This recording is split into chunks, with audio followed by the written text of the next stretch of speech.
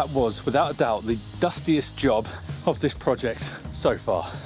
I've just been finishing up where we left you last time. There was a number of stones that were kind of bob on floor level, so they needed cutting away to be able to get some of the concrete slab over and then have our finished floor go to the edge of the room. The last time I was doing this, I was drilling holes along the line I wanted cutting and then just using the STS to break it, but it was pretty time consuming, so I took dust in exchange for speed, and we invested in a bigger angle grinder because the other one we've got is really small. This one's allowed me to just cut a straight line as close to the wall as I can and then just notch out the piece we need gone. It's much quicker and it's left a much cleaner finish as well. So if you missed last week's video, God, it's tight. We continued taking up the old concrete floor, but this time we were delicately taking up the part around the edge of the room and trying to find out where these shallow foundations were.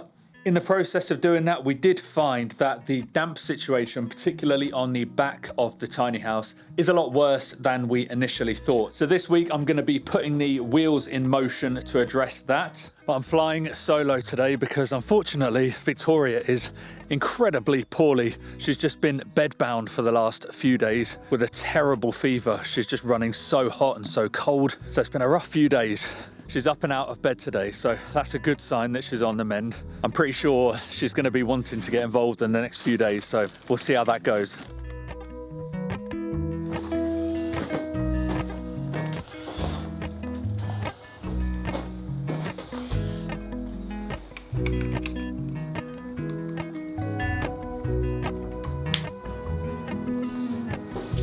Before I start looking at the damp issue, I just want to get the floor in here level and even and make sure that we've got adequate depth for the new floor. It doesn't need to be too accurate at this point. We'll get it truly level when we lay the concrete slab, but I just need a rough idea right now that we've got the right depth across everywhere. So I've set up the laser level. We're using the entrance stone as our kind of marker for where the floor level was. So I've marked off 70 centimeters, where is it? There on a marker stick.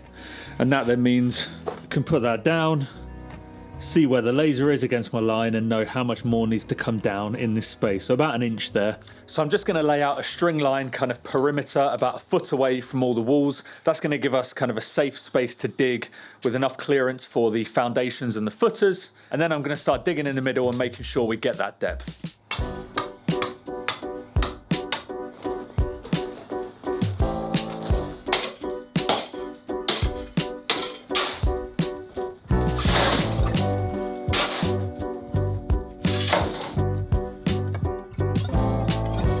Beautiful.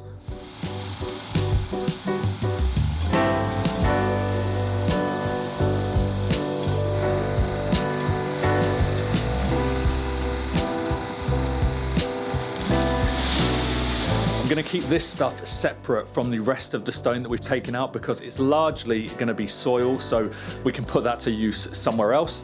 We've actually been having some serious conversations. Serious? I mean, that makes it sound like she's breaking up with me. She tried to give me the "it's not you, it's me" routine. But that's your routine. But no, we've been having some conversations deciding what we're going to do with all this leftover stone, and I think we've got a plan, so I'm looking forward to that project when we get around to it.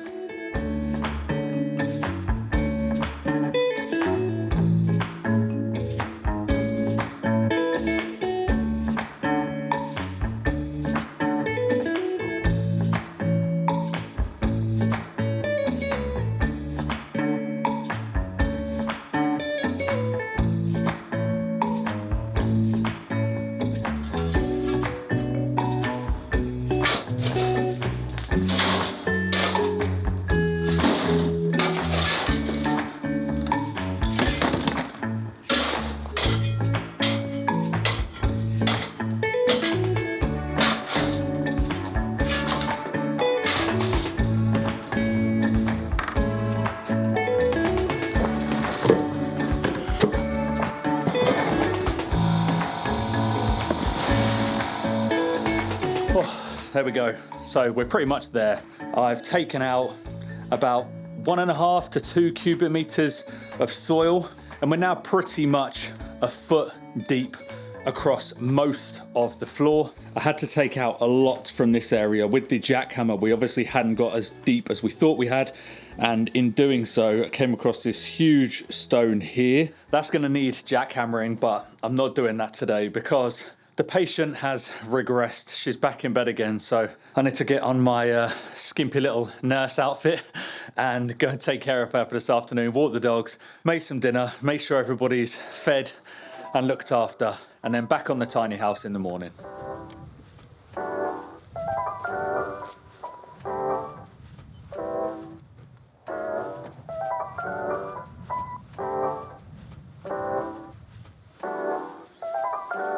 So this week's video is sponsored by Squarespace, and we absolutely love this platform. In my opinion, it is the best and the easiest way to build a website. You can build something amazing even if you're a complete website newbie. You just select one of their world-class design templates or answer some questions and let their design intelligence feature build a website for you. You can then tweak it by just dragging and dropping things. Your website will work perfectly on both desktop and mobile, which is crucial nowadays. It really is the perfect platform for pretty much any type of business. You can sell anything online, from products through to memberships and courses, or maybe you've got an offline business like a hairdresser's or a restaurant. You can let your Squarespace site save you a ton of time by allowing your customers to schedule their own reservations and appointments. So try it for yourself by going to squarespace.com/lifebyliving to get a free trial. And if you like it, which I'm pretty sure you will, use the code LIFEBYLIVING to save yourself 10% off your first purchase of a website or domain.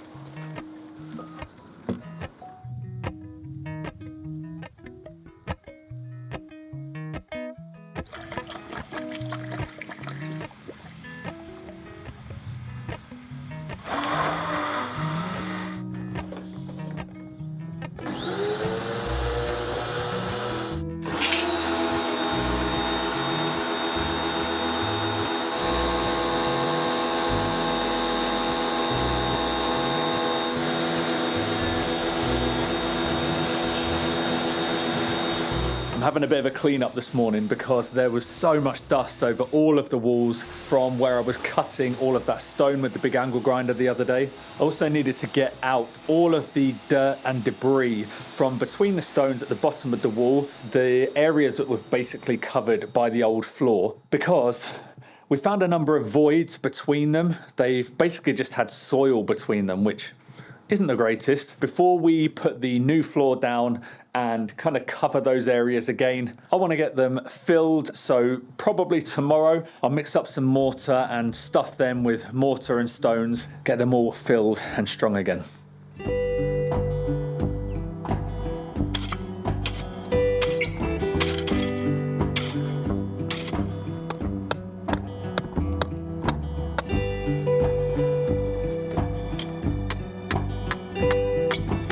So I'm just trying to get a bit of a lay of the land along this back wall. Guys, it's so stuck.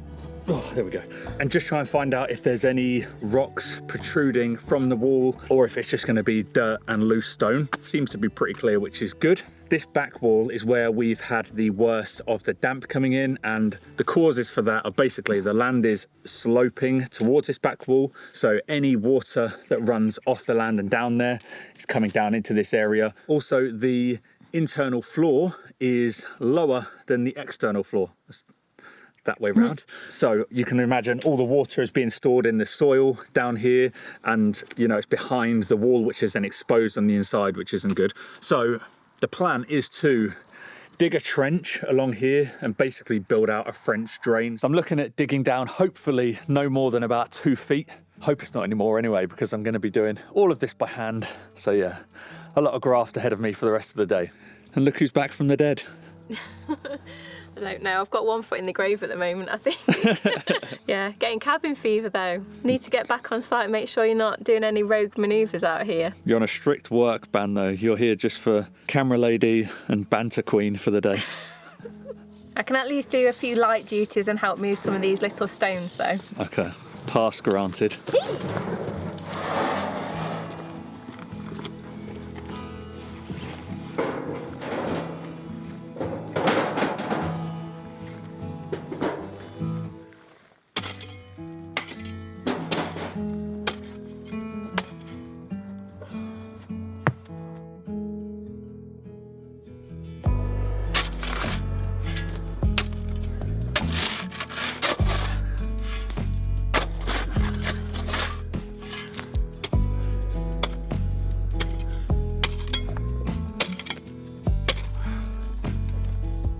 Woo!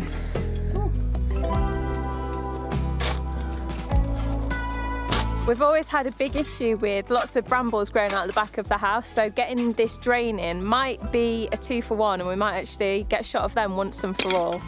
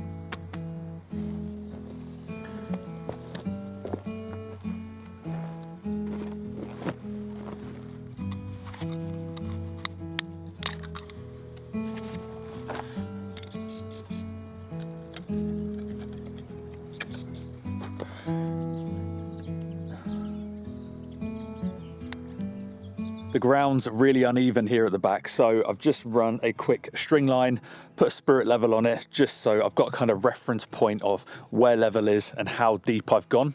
I'm down about just over 2 foot so far on the part I've already dug, so I still need to dig out the other half of the back, but that end is shallower. I'm probably going to have to do more digging in here at some point because the fall is coming this way, so it's traveling down there, so that point over there is going to be the highest, so I need to dig down there, get my level, work out what my fall is going to be from there, so probably dig out more here to make sure we got a nice flow. It's then going to wrap around the building, run away down there. Victoria's gone a bit downhill again, so sent her back to the house. She's putting her feet up and resting. I was really hoping for some company and a few laughs today, but her health is obviously priority. Forgot my headphones as well, so looks like it's just me alone with my thoughts, digging a trench. Good times.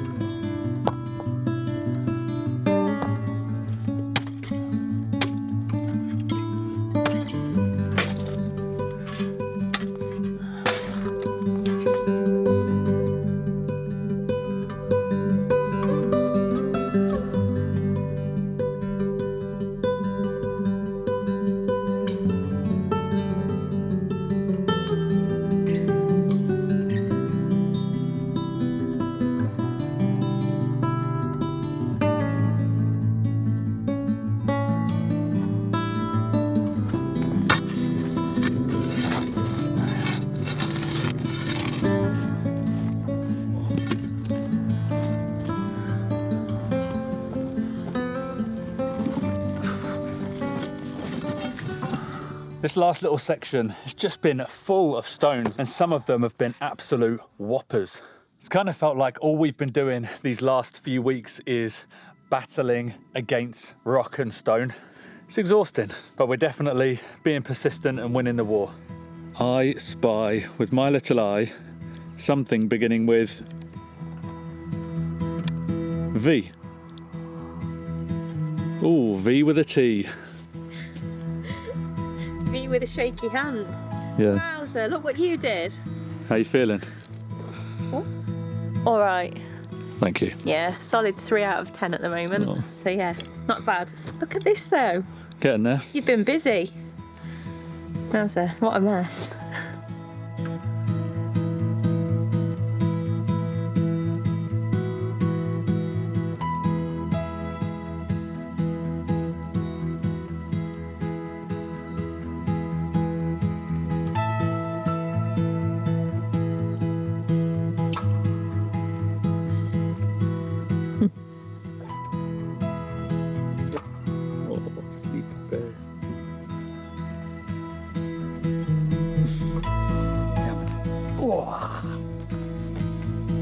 Got it.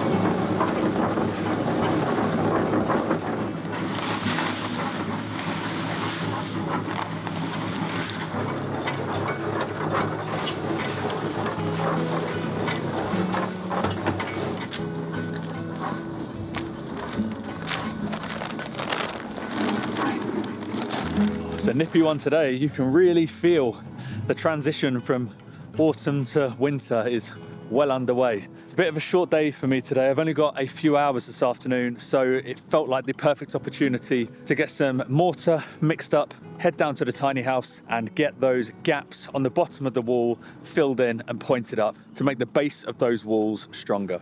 And I've got to say, I'm quite happy that I'm short on time today because my body is aching after yesterday. So this job's a bit of a walk in the park in comparison.